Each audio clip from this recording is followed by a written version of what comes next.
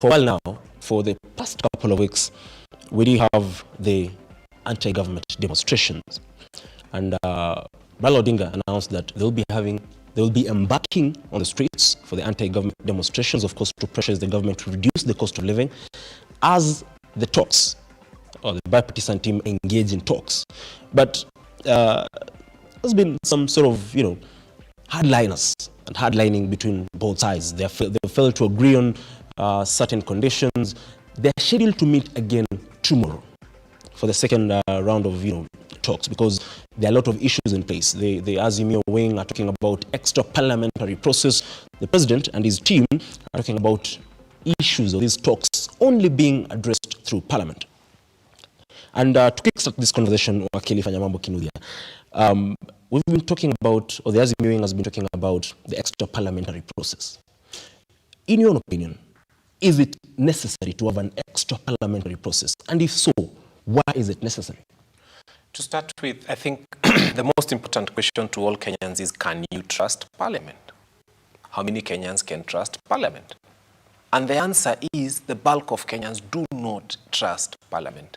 These people went in, and before they could even settle, they had rubbished what Wananchi had done. Wananchi had made a decision and chosen person X on ODM, person X on Jubilee, person X on, and they knew and they made that consciously, knowing that there was a UDA MP on that ballot.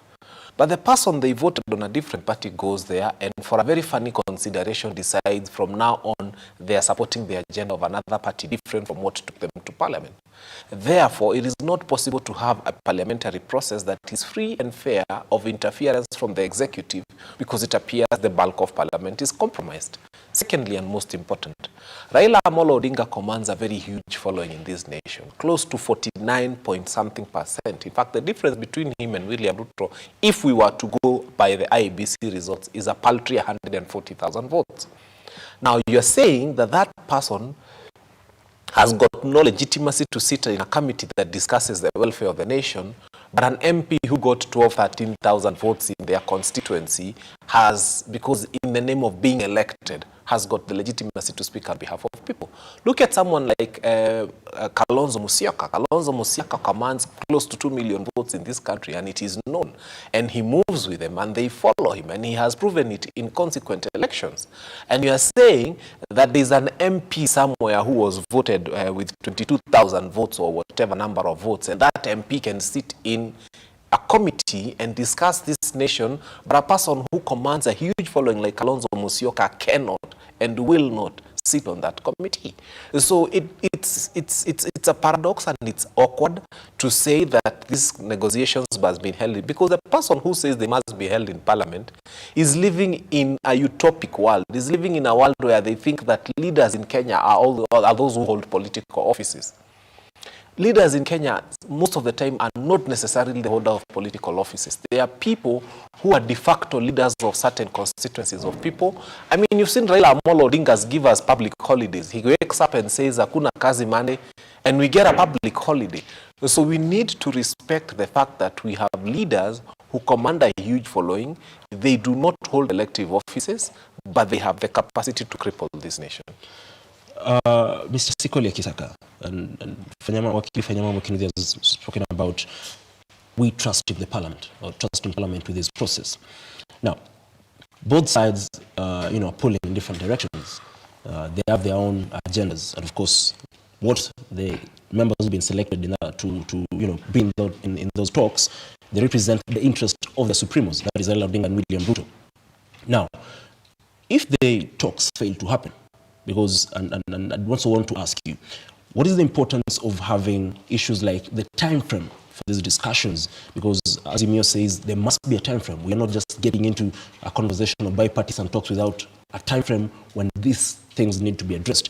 And even secondly, the bipartisan team, from what looks like it, will only dwell on probably matters the IEBC and the reconstitution of the new commission, because Chebukait and his team vacated office after their tenure ended. What about the other key concerns, the cost of living, things affecting the local Mwananchi? Well, with the demonstrations, We keep saying that we're getting teams from both sides that will represent the interests of the principals. But the other day, sometime last week, on one of the media stations, I saw the Member of Parliament, Mr. Amisi, when he was asked a question, and the question was, why can't we just have the two principals talk? Let's just cut to the chase, and these two people, let them get to talk, have a discussion, discuss what their interests are, and get to an understanding. And the MP said, we cannot allow our principal to do that, because if he does that, he loves the country so much, he's going to get into an agreement with the other principal, right? And if they get into that agreement, a lot of us on this other side, our careers will, it'll actually affect our careers. At that particular point, I realized that, even as we're talking about, these bipartisan talks and the teams from both sides with the headliners, we're not going to go anywhere with these talks. Because in essence, those teams are not looking out for the interests of the principals, if you ask me. They're looking, many of those headliners are looking out for their interest and possibly interest of, maybe their financials or, whoever's behind there. But if we are able to get to a point where the former Prime Minister and the President are able to remove themselves and have a discussion, we'll probably get into an agreement. And this is, one of the hardliners from that particular area saying, we cannot allow this, because if we do, it will affect us. Whatever decision our principal will make will affect us. So that already shows you that much as we are having the two teams, KK and Azimio, going at each other, within those parties or within those two factions, internally there's also a lot of chaos. And unless those are sorted out, we're not going to be able to have anything happen at the top. Interesting, because you've talked about both Raila Odinga and William Ruto sitting down to engage in talks themselves instead of, the bipartisan team engaging in talks between them. Now, in 2018, there was the handshake between Raila Odinga and former President Uhuru Kenyatta. Question is, if at all they engage in talks, that is Raila Odinga and William Ruto, who will hold them accountable from what they decide? Because in 2018, there was the 9-point agenda, and top on the list was corruption. But even after the handshake, corruption was the order of the day. So if they engage in talks, the two of them themselves, who will hold them accountable for what they agree on? They could decide to have a public baraza. They could have, the media present, because people keep coming and saying, we do not know what happened when the talks happened and these guys were alone, and so we don't know whether those money exchanged hands or what the agreements were. We could have, talks that are actually viewed by the public, right? And, media can be brought in to broadcast it, and the two sides have these discussions, and we get to hear what the president has to say, and we get to hear what the former prime minister has to say. Because at the end of the day, we cannot keep on saying the country is bigger than all of us, and yet we're sticking to one side. We've got to be able to look at it from a country perspective. The demonstrations are hurting us.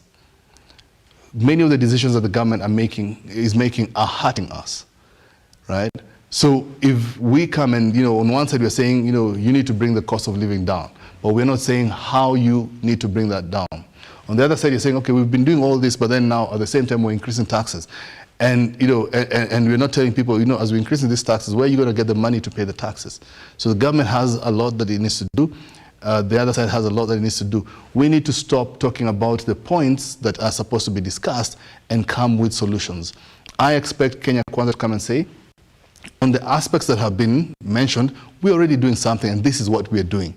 And Azimio can be able to say, you need to be able to bring down the cost of living, and right now, this is one of the examples we have for bringing down the cost of living. When you talk about opening the server, they keep saying, once the server is open, then we'll get to know who's the legit president. That is neither here nor there, because if you really look at it, even if the server was open and it found that there was information that was contrary to what people have been saying, how are we going to now come in? Are we going to come and say now, the president stops being the president? People have not asked those questions. What is going to happen? Is it going to be that, okay, now we found there's a problem here, but he's going to continue with his term until the end? Because he'll come and say, no, I do not know about that. All I know is that I was sworn in as president, and I'm the president. So there's a lot more that we need to be able to really look at. And even as we come and we're saying, yeah, we're fighting for this and we're fighting for that, we need to ask ourselves as well, what are the consequences? Are we ready for that? Same way when we talked about education and we're talking about, the junior secondary schools, this is something that has been planned for and, talked about for years. Why are we having a problem now? Why is it that we did not plan for how, those kids were going to get, number one, into those junior secondary school classes, and how was it being funded? That already tells us that from a government perspective, they're doing things and then reacting to whatever is happening. And when I say government, I talk about, this is from the government before, which encompasses what both KK and Azimio are right now. This is essentially the previous government, just on two sides. The only way that we are going to be able to move forward is if both sides decide and say, we are going to play our role the way it's supposed to be. Opposition and government. And, opposition being able to hold government, to account.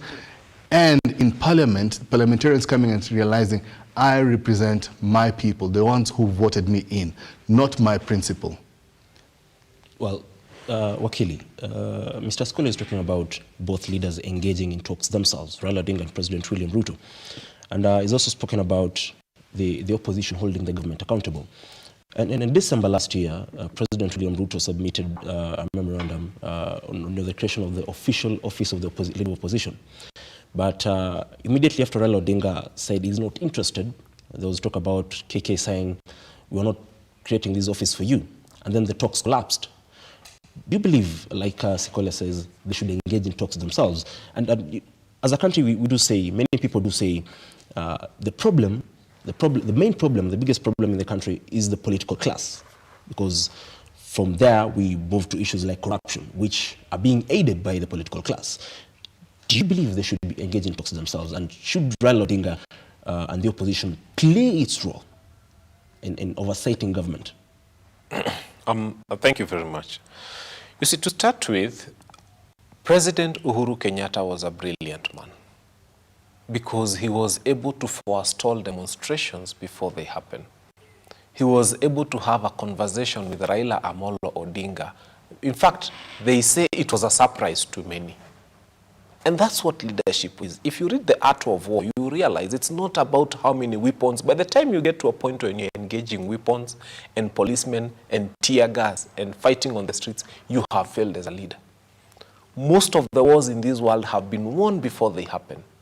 Most of the problems in this country have been solved before they happen. So Uhuru Muigai Kenyatta was clever enough to see that this is a problem loading, and he attacked the problem before it happened, and he shook hands with Raila Amolo Odinga. You talk about corruption, did it decrease? You remember between 2013 and 2017, you used to have two things when you're going to watch news at 9 p.m. One, you needed a calculator, and two, you needed a handkerchief. Kwa sababu unahesabu pesa unalia. It was just in the billions, Aror, Kimwarel.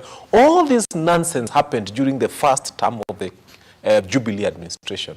In the second term, we were hearing a lot of complaints about people saying now they've been left in the dark, they are hungry, they don't have money, I don't know what. Raila Odinga has come, he has infiltrated government. But the truth is, nobody was fired, no minister was kicked out, no position was created for Raila Amolo Odinga. If anything, he was rewarded with a position at the African Union, outside of this nation.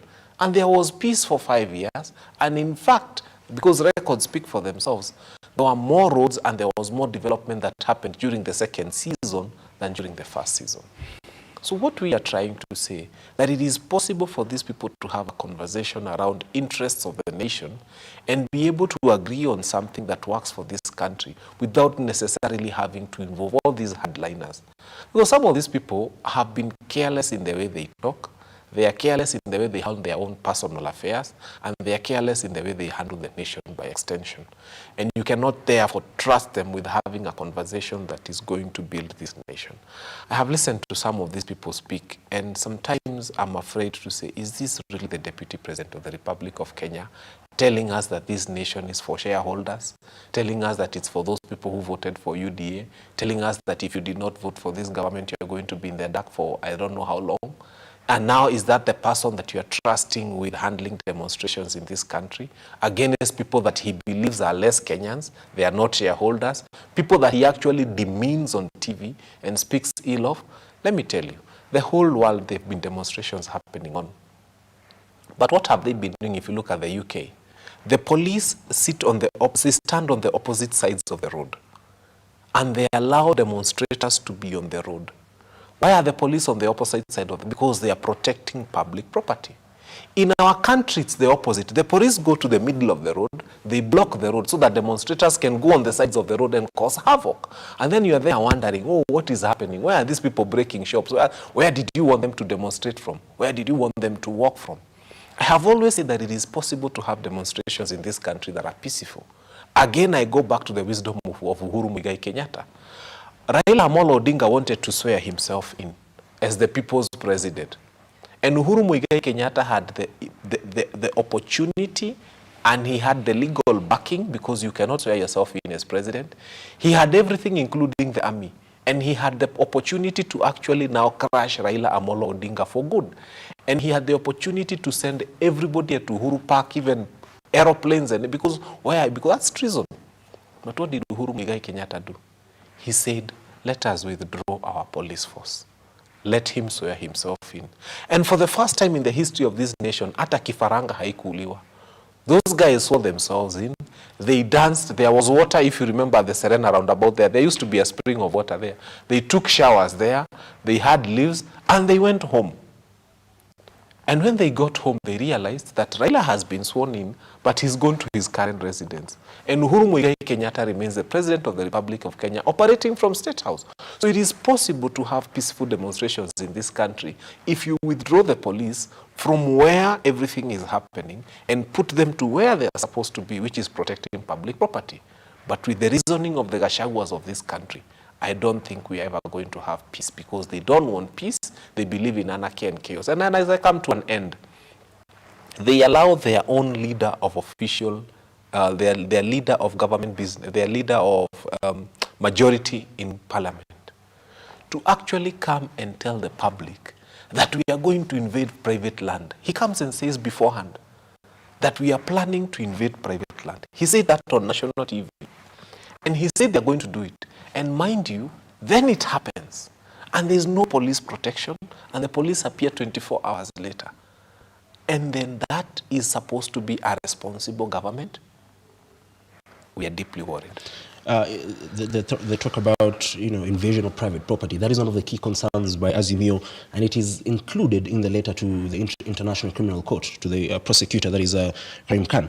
Now, you've talked about the improvement of infrastructure during the second term of President Uhuru Kenyatta when he engaged in talks with Raila Odinga. But as well, it is worth noting that there was massive corruption at that time. There was the KEMSA scandal, the COVID-19 billionaires. So it also seems that despite the fact that leaders can come together and talk, the elephant in the room remains to be corruption. And as you respond to that, we're talking about Raila Odinga and William Ruto coming together to talk. Remember, during the ruling by the Supreme Court of Kenya, there were certain recommendations made by the five-judge bench. Why is nobody talking about those recommendations? Are we getting our priorities right in terms of fixing not only the electoral injustice that Raila Odinga talks about? Because those are the key concerns. I'll tell you this. You see, I am a lawyer and a court-accredited mediator. Therefore, I serve in this judiciary to some extent. And one of the things that the judiciary did that time, that even today they feel thoroughly ashamed of, was, you see, for example, you're taken to court on a matter. The judiciary has never disparaged a loser. The judiciary has never spoken ill of a person who lost in court. Hata mwizi akifungwa, the judge does not say, ona kimwizi. When they started saying hot air, I don't know what, there were terms they used that were so derogatory to the loser of the elections, to the point that nobody can trust that judiciary anymore, and nobody can feel confident with that judiciary anymore. No time in the history of this nation have we ever seen judges using words to disparage a person who has lost an election petition. What they usually do is they give a judgment that is sounded on law, and they say our reasons for making this ruling are 1, 2, 3, 4, 5, and this is what we feel as a judiciary. So you have lost, and these are the recommendations they're making. So when you come and start saying this is hot air, wild goose chase, in fact, this petition should be used as an example as how you shall never write a civil procedure petition in court. The minute you give such words, everything else you say after that, nobody will want to look into it, and people will actually disrespect that judiciary. So it's incumbent upon them to start cleaning themselves and to realize that those things they said made them look partisan in every sense of the word. Well, coming to Mr. Kisaka, from a business perspective, on one of the key concerns by Izmi is the cost of living. President William Ruto is on record saying, the cost of living is coming down, and the cost of common commodities is coming down. And he said in the coming weeks, they will further go down. From a business perspective, how true is that? Well, it's just as true as being able to go to the shops and seeing what are the costs at the moment of different commodities. If you really look at it, I think the cost of flour at this particular point, they've actually tried to bring it down. And the other day they were talking about, there's some places where you might get it at 189 or something like that, which is kind of lower than what it was, I think, was it in 2018 when we were having a bit of an issue as well. Was it 2018? Okay, a couple of years back, where with the previous regime. And so for me, the question would be, if without subsidies, the government has somehow seemed to be able to have brought the prices down. I do not know what they've done, and for me, I'm looking at it and trying to find out, what else can they work on? And the one thing that they can work on is the energy sector. Once they determine how we buy fuel, right, and for lack of a better word, eliminate all forms of corruption in the fuel area, in the fuel industry, we are going to see the cost of living coming down. Because at this particular point, it does not make sense to me why we are paying that much for fuel. And like with what they've done, where we're now supposed to be able to buy fuel, using Kenya shillings, essentially there is the opportunity for us to see that cost coming down. The question is the government going to do that for us as well? Well, just hold on to that thought, because we are going on a short break, but we'll be coming back with the sentiments of President Dr. William Ruto while he was in Meru on Saturday and yesterday in Donholm. We are going on a short break. We'll be back in a moment with the conversation on the state of the economy in the country and, of course, the high cost of living.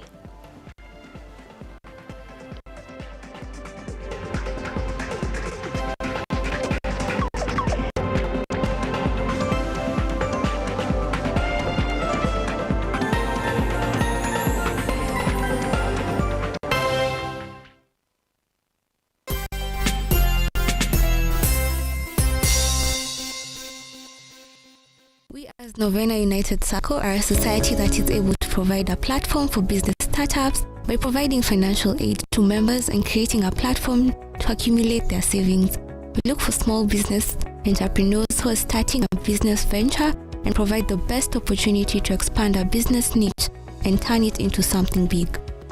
For more information, call us on 0768 757 956 or WhatsApp us on 0734 832 430.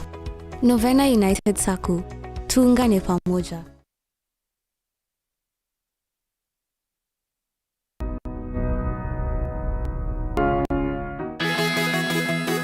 How do women do it?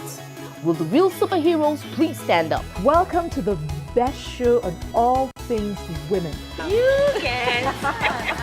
Now we have to tell you, on our show, we're not just talking. We're mothers, wives, working women, your hosts, and the list goes on. We also know how to relax and have some fun. It's living the life. Yes, it is.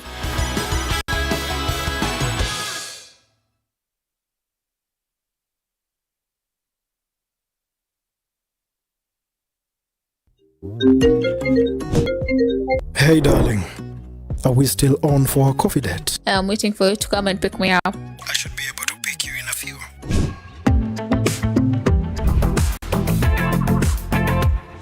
It's a coffee yogurt date? It's not just a yogurt. It's Royal Coffee Yogurt.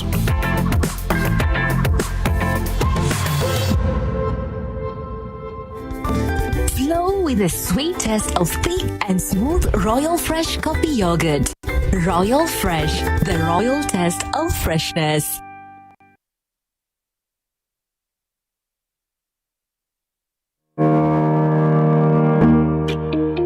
Hi, and welcome to Tujenge Home.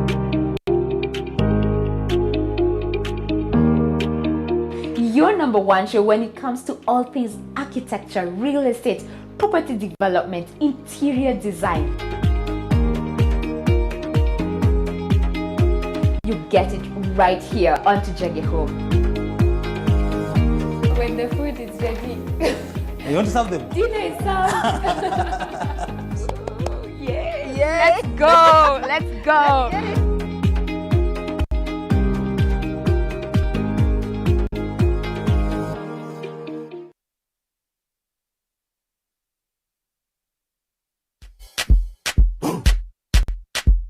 Sensei Institute of Technology is the home to the best practical courses, giving you a hands-on experience to handle the world. A place to build your skill and see the world in a different perspective. For you to join us, ensure you have your national ID card and be ready to enjoy the ride. Sensei College, my skills, my future.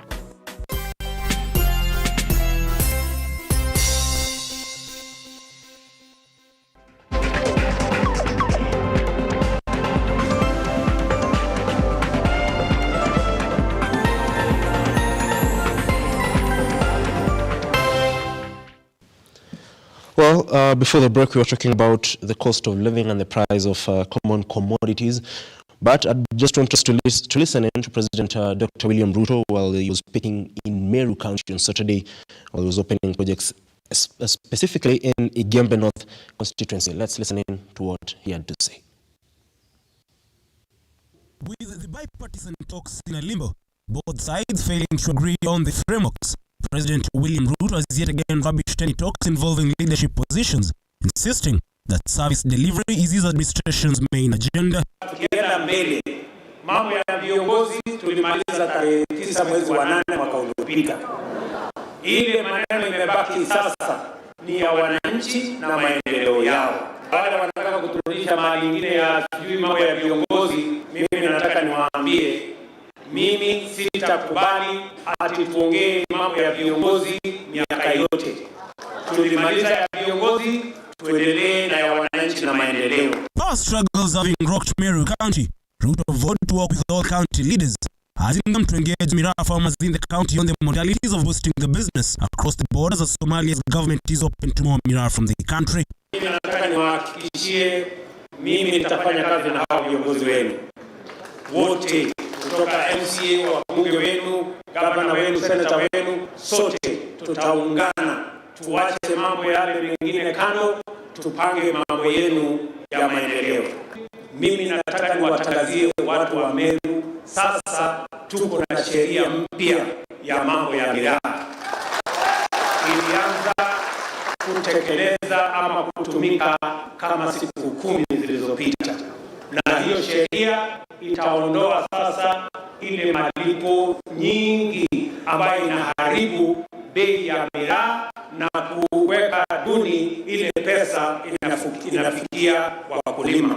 Tukiondoa hizo levies, tuondoe hizo fees, biashara ya miraa itasonga mbele. Speaking in Igembe North constituency, Ruto emphasized on the importance of farming in the growth of the country's economy, promising to boost the agricultural sector through construction of dams along other development projects. Mimi nawashukuru wakulima wengi wa Kenya.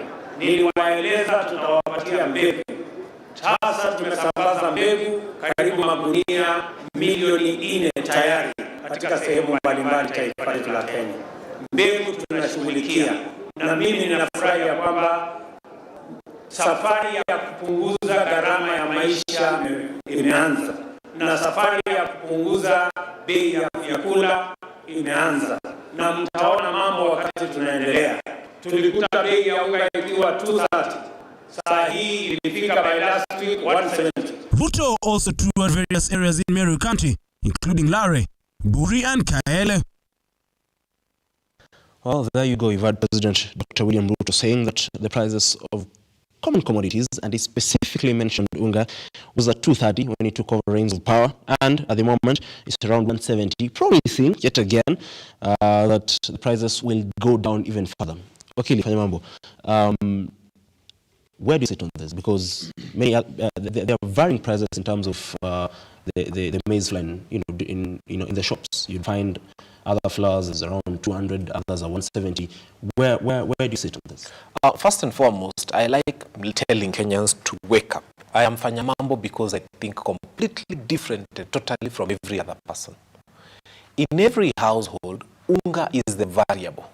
If you think about it, wewe unakula ugali Monday, maybe Tuesday ni mchele, there's a day for spaghetti ama mukimo or something else. This unga is a variable. Huwa inakuwa inabadilishwa, if I use that Kiswahili. But the stew is a constant. So that whatever you take, you'll take stew on Monday, Tuesday, Wednesday, Thursday, Friday, Saturday. Even Sunday, you'll take stew. The stew doesn't change. There has to be stew in every house every day. But unga is variable. It changes. Today is unga, tomorrow is rice, tomorrow is spaghetti, the other day is mokimo, the other day is something else. But unga is variable. It changes. The stew does not change. If we are going to talk about food security in this nation, we should start by addressing that constant, that thing that is taken from Monday to Saturday, from Monday to Sunday. There must be something that accompanies ugali. It accompanies the rice. It accompanies the chapati. It accompanies that. When you want to talk about reducing the cost of living, for heaven's sake, nyinyi politicians, wacheni upuzi ya kutuambia mambo ya unga. We are tired. We are not foolish. We eat other things. Ugali is variable. But why are they addressing unga? Because you can import maize. Because you can hold maize. Because maize can be preserved. Because you can play with the price of maize. Because you can take it to NCPB. Because you can play with Galana Kural. Because you can talk about irrigation of maize. Maize is a commodity you can play around with. So kumawiki you can't play around with. Dengu, mchele, you cannot play around with them. And that is why we will have this conversation about unga until Jesus returns. Because this nation has been blinded to think that Kenyans take more ugali than they take stew. But when you open up your mind and start thinking, a country and a nation that thinks about food security should start thinking about what is this constant thing that you must take from Monday to Monday. And I can tell you that constant thing is the stew. Once you bring down the cost of mafuta ya kupika, once you make sure every Kenyan, kama kitungu inatumiwa daily, people are talking about unga daily. Nobody's talking about kitungu, which appears in every meal. And the cost of kitungu and nyanya is so critical to every meal. Sometimes when you look at your meal, the cost of the stew sometimes is even higher than the cost of the ugali itself. So we must begin to stop talking about commodities that we make money from, because we make money from maize. And I'm looking at this camera and saying Kenyans are making money from maize and stealing from us through maize, and that's why they want us to think that maize is the only food commodity we should be focusing on. Let us focus on bringing down the other costs of living. The other thing is this. They are lying to us that there's this thing that you are calling corruption, and it's affecting maize and food.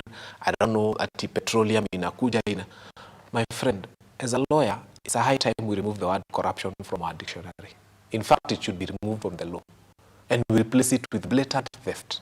That wewe ni mwizi wa kawaida. Let us treat you as a thief on the penal code. Umeiba mali ya wananchi, stop calling it corruption. Because what you're doing now is you're glorifying stealing so that the rich have a simpler, an easier kind of law up there that takes care of them, so that when they steal, this one is called corruption. It is sanitized. You have a corruption court. Then you have judges, because billions of shillings are involved. Huyu ni mwizi wa kawaida. Deal with them like the chicken thief. Corruption itaisha Kenya. Let me just take you back before we proceed to Mr. Sikolia. You've talked about the government not just talking about unga, but other commodities. You've talked about stew, you've talked about onions, vegetables. But as well, probably the defense of the president, is also talked about boosting the agricultural sector. So far, so good. They said the government has supplied over 4 million bags of fertilizer. Is boosting the agricultural sector through, probably, like the president says, subsidizing things like fertilizer, not trying to ensure that we bring the cost of the price of common commodities down as well? Have you looked at the fertilizer that is being called subsidized? Because sometimes I think the media sometimes is lax in doing its work. I challenge you to send your cameras there. That fertilizer has got on its bags written free, not for sale. It is only in Kenya, because we know that fertilizer came from Russia, and people need to find out facts about this fertilizer. Okay. It is only in Kenya where that fertilizer is on sale in the name of subsidy. Go to Tanzania, that fertilizer is free. Go to Uganda, that fertilizer is free. So when you are saying that you are helping farmers by selling to them fertilizer that in the first place was supposed to be free, okay, you're giving seed to farmers and you're making it look like it's a favor. Do you know that seed is most expensive in East Africa? It's most expensive here.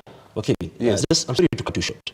You're talking about the media, being some sort of laxity because the fertilizer that is being distributed has been labeled free.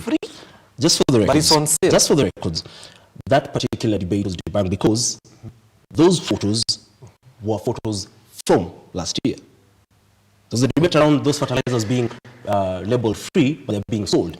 But we followed up that story. We confirmed that those photos were from last year. I'll tell you this.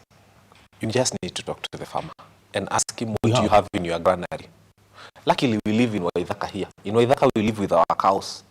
You just come to us. We have dogs. We have compounds. We are very lucky. We are the farmers in Nairobi who live with cows and dogs, and those fertilizers are coming to our places. I just need to go to my neighbor, take a photo, and bring you here. So we need to get to the point where we stop saying that this fertilizer is coming as a favor to farmers. It's supposed to be actually free.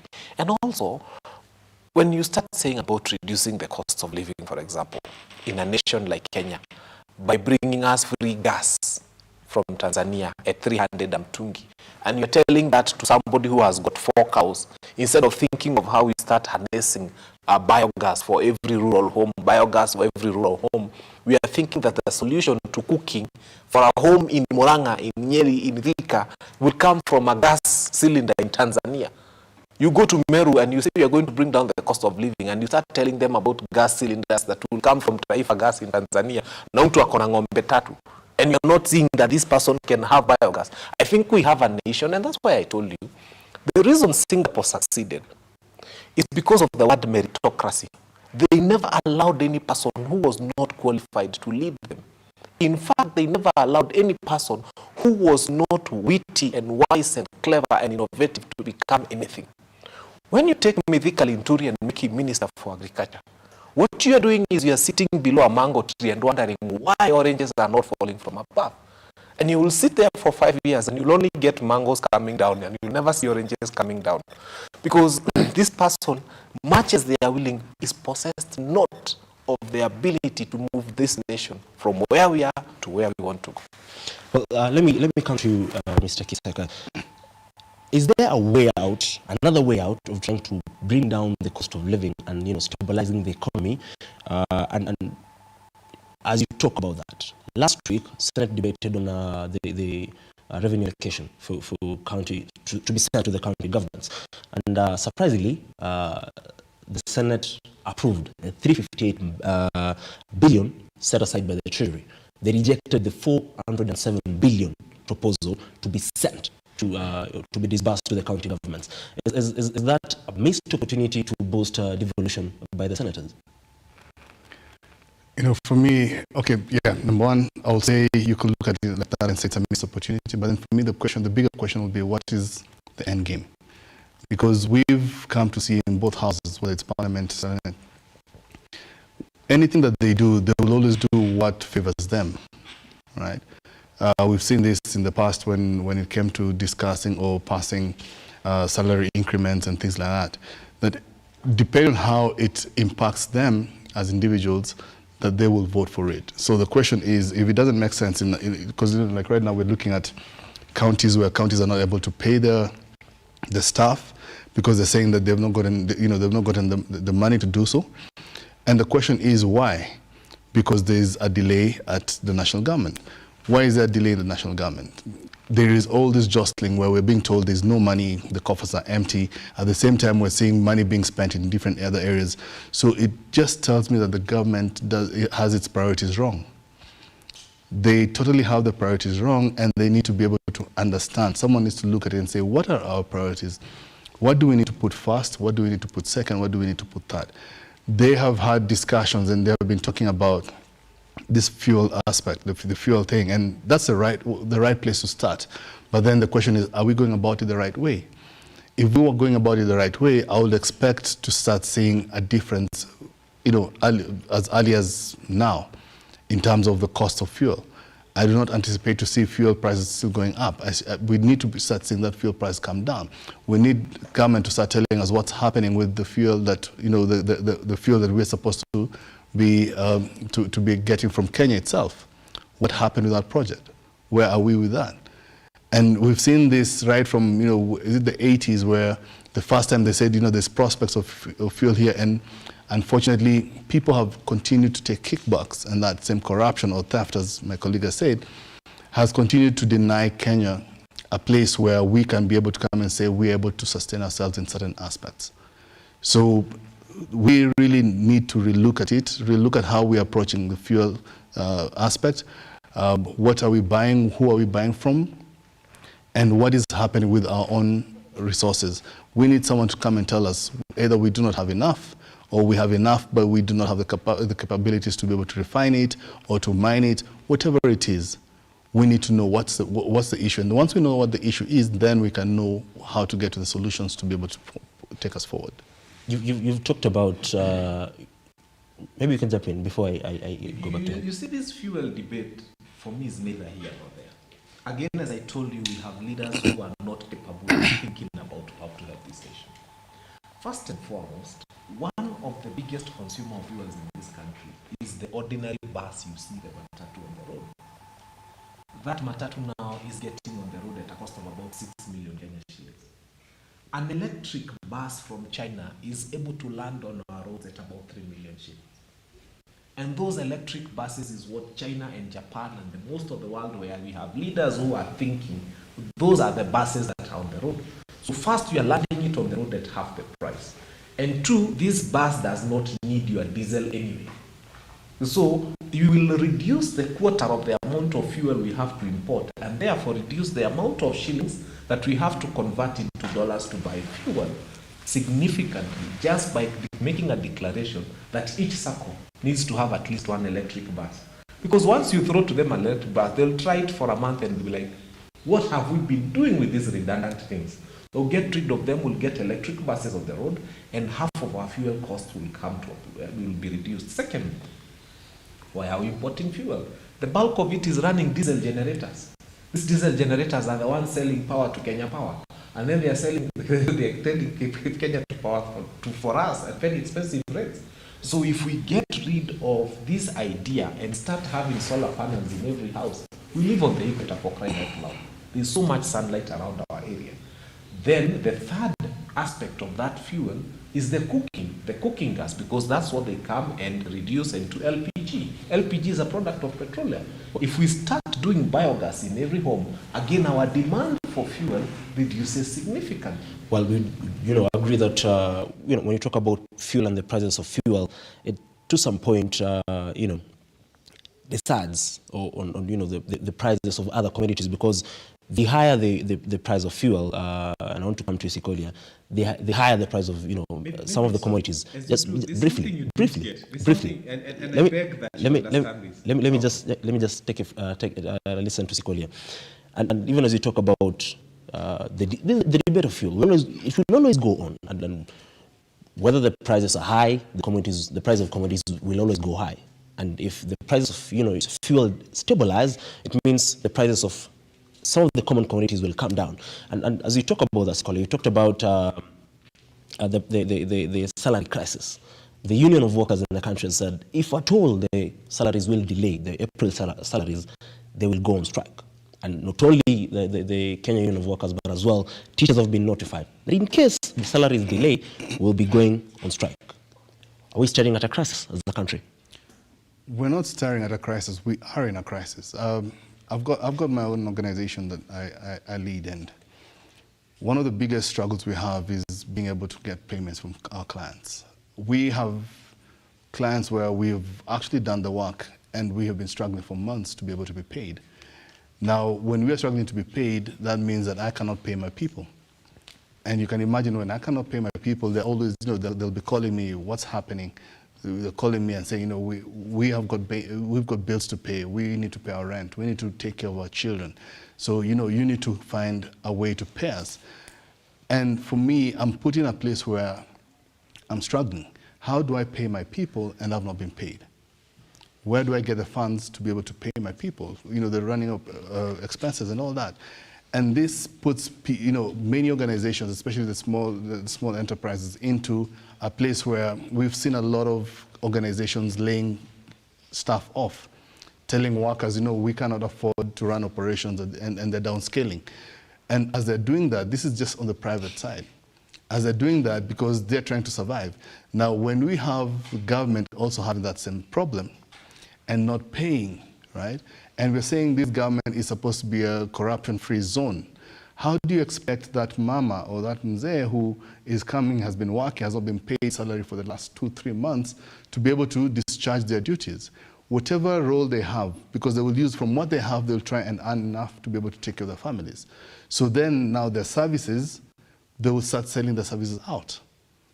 I'll come and say, okay, for me to be able to serve you, someone who gives me 100 bob, I will serve them faster than someone who just comes and expects to be served. And at that particular point, we will have the country coming to grind to a halt. So we are in a crisis, and it's getting worse. I do not know at what point we're going to be able to get to a place where government will say, okay, we see what's happening and we need to reverse this. Because it's not just for government. We talk about civil servants that have not been paid. It's not just civil servants that have not been paid. The government has not paid many of its vendors, service providers. And because they've not done that, the service providers are also struggling, and they have not been able to pay their employees. And so as a country, we're struggling. The question is, how do we come out of this crisis? And that question can only be answered first and foremost after we have a stable country. Why am I saying a stable country? Because we cannot still have this thing of, what the government is saying vis-a-vis what the opposition is saying and the demonstrations and all these things, and at the same time expect to deal with the things that actually are supposed to be dealt with to be able to make sure that the country is going forward. Talking about people losing jobs, the Prime Cabinet Secretary Musalia Mudavadi a couple of weeks ago was talking about some of the state corporations, depending on the exchequer, and some of them, there was the debate around, some of them now being closed down, and that would mean a massive loss of jobs, and it would be another crisis, in the country. Coming back to you, Wakili FANYA, there's a point you wanted to put across. What I was saying is this, and this is where we need to start thinking as a country. The standard matatu, because I like speaking the language that mwananchi understand. The standard matatu ile manyanga mzuri kabisa takes home to the owner 10,000 shillings. The same matatu consumes 8,000 shillings a day. Out of the 10,000 the owner gets, he takes 5,000 as bank loan or repaying for the cost of having this matatu on the road. If you think about it, 5,000 goes to the bank, 8,000 goes to fuel every day. That is 13,000. And the owner takes 5,000. So why are you investing? There's a bus that is bringing home 18,000, but only 5,000 is yours. The other 13 belongs to other people. And there's another 2,000 shillings that goes to all the cartels that you see around the matatu industry. So that's the 20,000 a day. By getting an electric bus on the road, one, the amount going to the bank is 2,500. The amount going to the fuel is not there. So you're saying that this vehicle has made the 20,000, 2,500 has gone to the bank, and the cartels, and there's a whole 15,000 shillings coming into the pocket of the investor to start with. So that's a huge saving. Secondly, because they are not spending 8,000 shillings on fuel, which when you look at it is about 40% of the cost of running that thing every day, it means that the cost of fare can come down tomorrow morning. Just by bringing an electric bus that is half the cost of the ordinary bus, what you have done is you've reduced reduced the fares by about 30-40%, so that mtu mwenye alikuwa anaenda town analipa 80 shillings can start paying 40 shillings or 50 shillings. And this amount they are saving in a month goes a long way to helping them buy that expensive unga. You're talking about, like now, for example, cooking gas. And people are here saying we have a problem. And what we haven't done is have a conversation around how do we containerize biogas. We have so many farmers, they have excess biogas.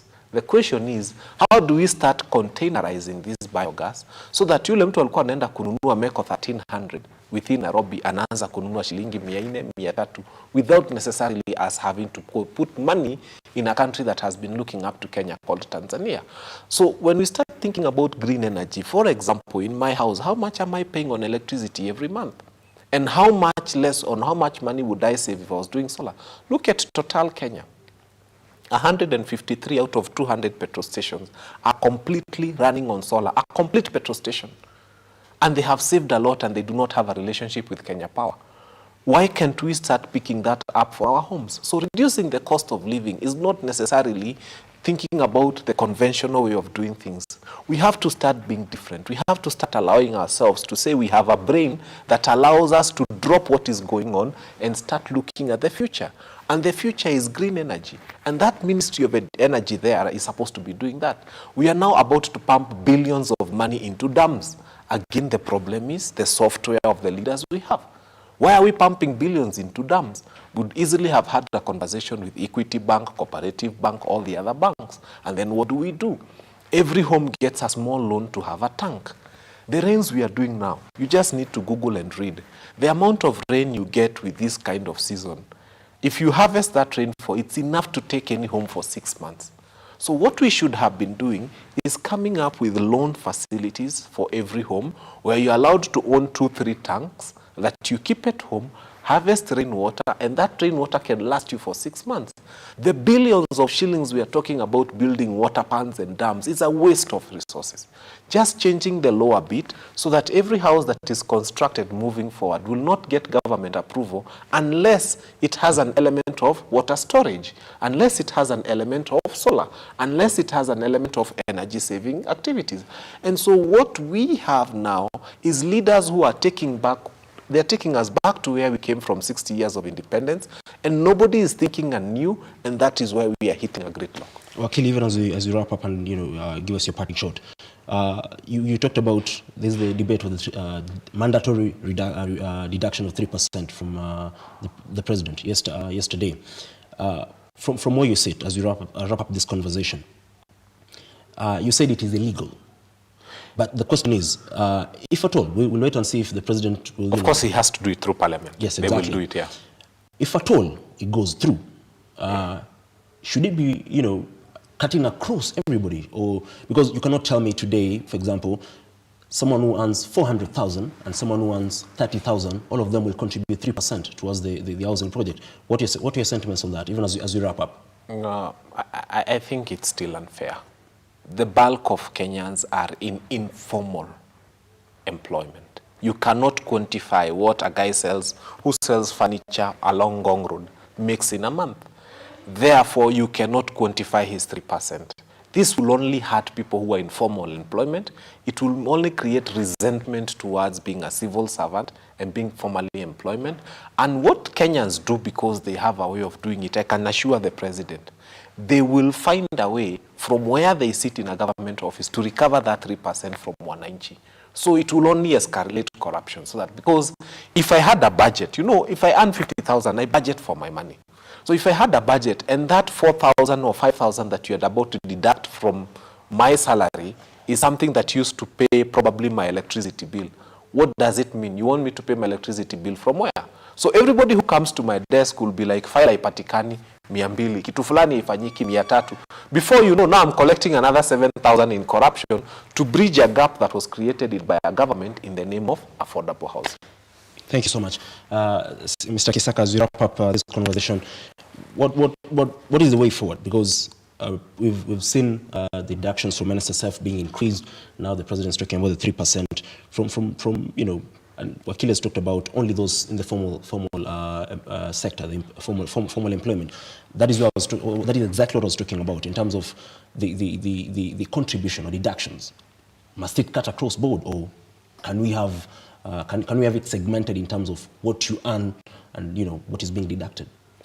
Well, what my colleague talked about, and when you look at it, question number one will be, how are you going to be able to tax the informal sector? You cannot do that. We're talking about essentially like civil servants, and again, what he said is true, that the more you tax them, they're going to find a way to recover that particular amount of money. So instead of governments coming in and looking for places where they can be able to tax, because we've seen they've continued to look for ways to be able to increase the tax bracket, right? And how many more people are being taxed.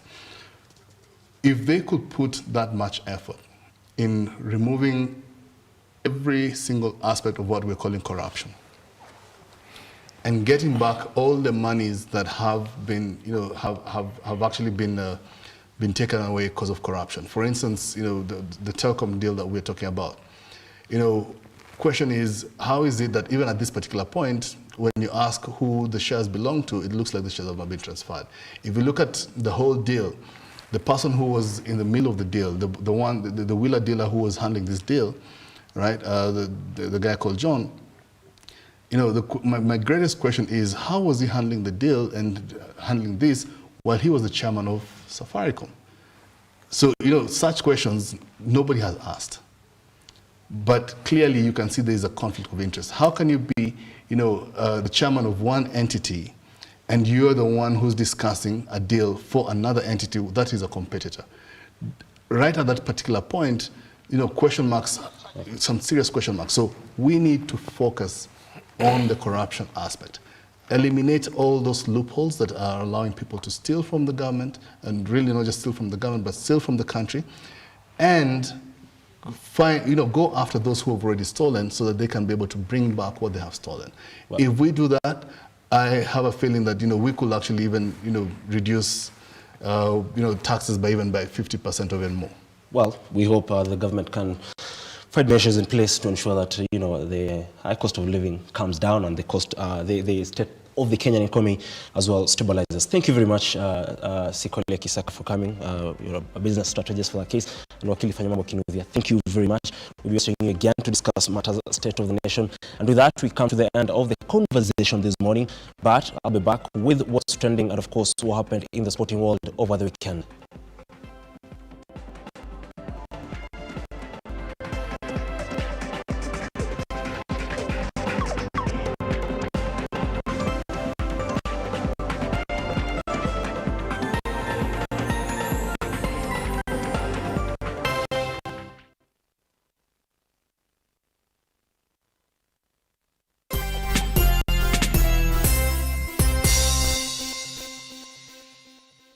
Why, my lady? Any idea why the A-list celebrities, politicians,